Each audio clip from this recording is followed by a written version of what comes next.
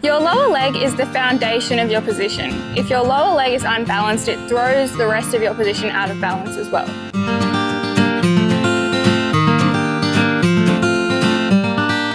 Hey guys, welcome to Between the Ears. Today I'm going to be taking you through a riding foundation, which is lower leg stability.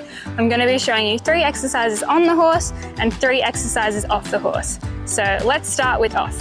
It's super important to build your foundations of strength, balance and flexibility off the horse as well as on the horse. So first thing you'll need to find is a raised step like this. We're just using the feed shed door right now. The first of the 3 exercises I'm going to show you is calf raises. You want to position the balls of your feet on the step like you'd have the balls of your feet in the stirrup iron.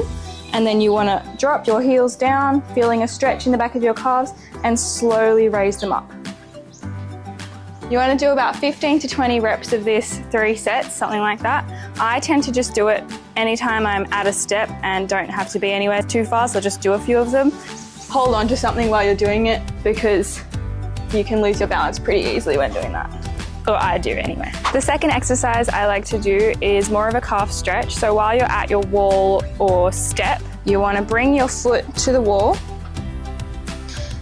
brace it like this, and slowly stretch forward while keeping your leg and your body straight. And you'll feel a really nice stretch through the back of your calf here. This improves the flexibility of your calf, which will help in your riding to keep your heels down. And you want to just do that for like 30 seconds on each leg. Make sure you're not just doing one leg. The next thing we're going to do is find a wall and do some wall sits. This is going to build strength in your thighs, your calves, your entire legs, while also building your endurance, which is super important for riding. So you want to make sure that your legs are at a 90-degree angle and your back is flat against the wall. Exercises like these are super simple, and while they may not seem like much, incorporating them into your daily routine will make a difference to your overall riding and will help with the strength and stability of your legs. You can do exercises like wall sits when you're doing daily activities like brushing your teeth or, doom scrolling, anything like reading your book, anything like that. It's way harder to revert back to having bad leg stability once you've already stabilized your legs. This is actually a good thing because it means that once you've built the habit, it's really hard to break it. So right now, I'm actually struggling to have a bad lower leg position, which is a good thing. So let's make sure we're forming good habits, not bad ones. Now I'm demonstrating a better lower leg position, and you'll notice that my heels, my hips and my shoulders are aligned. Now, if you've had any riding lessons, this is something that you would have heard before. You'll notice that I'm tilting my pelvis up underneath me. Anterior pelvic tilt, so when your pelvis is facing down like this, is one of the biggest causes of weak lower leg stability. So I sit up, tuck my pelvis under me and sit down. Now, something that works for a lot of my students as I'm a riding instructor is instead of just telling them to push their heels down, I say toes up as well, and this really helps. Mental blocks can be a big reason that people develop bad riding habits, so that toes up instead of heels down saying really works in that sense because it gets rid of that stagnation of the same old saying, and it builds new neural pathways in your mind so that you can think about it a little bit differently. The goal of exercise 1 is to improve the independent movement of your calves, ankles, and lower leg in general. So what you're going to do is keep your thigh nice and relaxed, take out your stirrups, and at a walk, slowly start to make little circles with your lower leg. You want to keep your thigh nice and relaxed and make about 15 circles clockwise and 15 circles counterclockwise. You're doing this to improve the feel and work out where your leg should be while you're on your horse, as well as improving the general maneuverability of your lower leg. Focus on using your ankle and calf to make the circle and keeping your thigh nice and still. So you want to make nice little circles, just working on that independent movement of your lower leg from your thigh and the upper half of your leg. You want to keep your leg nice and close to your horse's side without pinching with your knee and keeping your thigh as still as you possibly can. It's hard to keep it completely still, but you want to keep it as stable as you can. Try and focus on gentle and controlled movements, as this will help you gain a better feel for your horse's side while keeping your legs stable. Exercise 2 is rising 3 times for the trot beat instead of 1 like I'm doing right now. So a lot of instructors will tell you to just stay in 2 point for X amount of time, and you get really tired and your lower leg starts to look a bit like this. Now this is actually building much worse habits. As you can see, I'm pinching with my knees and my horse is getting his movement inhibited. So instead of my 2-point consistency, I'm going to rise 2 times instead of once for every trot step. And this can be a little bit tricky to find the balance in, but you're just going to focus on that lower leg and rising 2 times instead of 1. Now, once you've established this, you're going to work up to 3 times. 1, 2, 3, sit. 1, 2, 3, sit. 1, 2, 3, sit. 1, 2, 3. I'm really focusing on not gripping with my knees as I'm doing this and not relying on his mouth.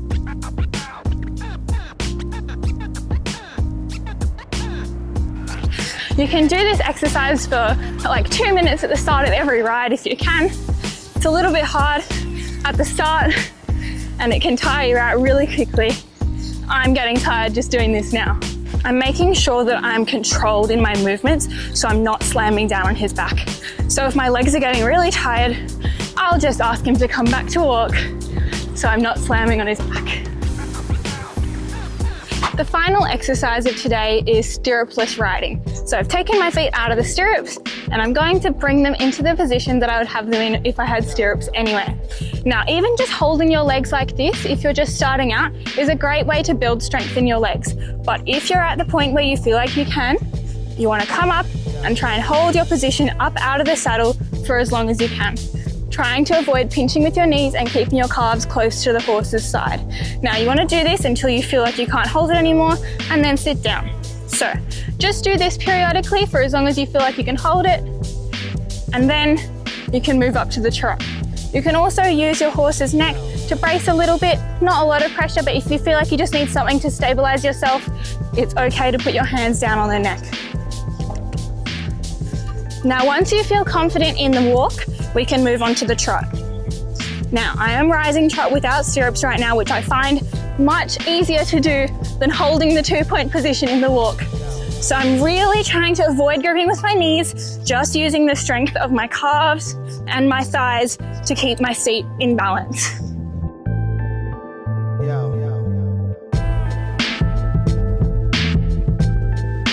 Riding without stirrups is an excellent way to build leg stability, as it forces you to stop relying on your stirrups, which is a big bad habit of so many riders, including myself. So I try and ride without stirrups at least 1 ride in a fortnight, let's say. Really focusing on pushing my heels down, keeping my toes up, and wrapping my calves around the horse. Now, if you feel comfortable in the trot, you can move up to the canter. And same thing, really trying to drop that heel down and feel a nice stretch through your calf to keep your leg on and close to the horse's side. It is much easier to maintain your position in the canter without stirrups because you're sitting down anyway, but it's important not to let your legs just relax, because then your seat will bounce. So keep your legs wrapped around your horse's sides and focus on keeping that canter. Make sure you breathe while you're doing this, guys. And this is advice for myself as well. It's very easy to forget to breathe when you're doing a hard exercise.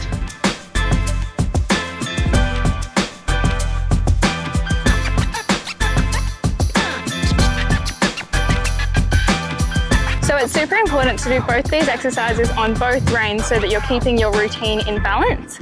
So we're going to canter the other way now, and I have just actually taken off my stirrups entirely because they were digging into my calves and annoying Hayes by banging into his sides. So take your stirrups off when you do this if you can. When you're cantering, it's really important to make sure that you're keeping your lower leg on the horse with your calves nice and close to their sides. This is a good chance to practice keeping your calf wrapped around the side and keeping your knee rolled out. There, I just exaggerated it a little bit so you could see.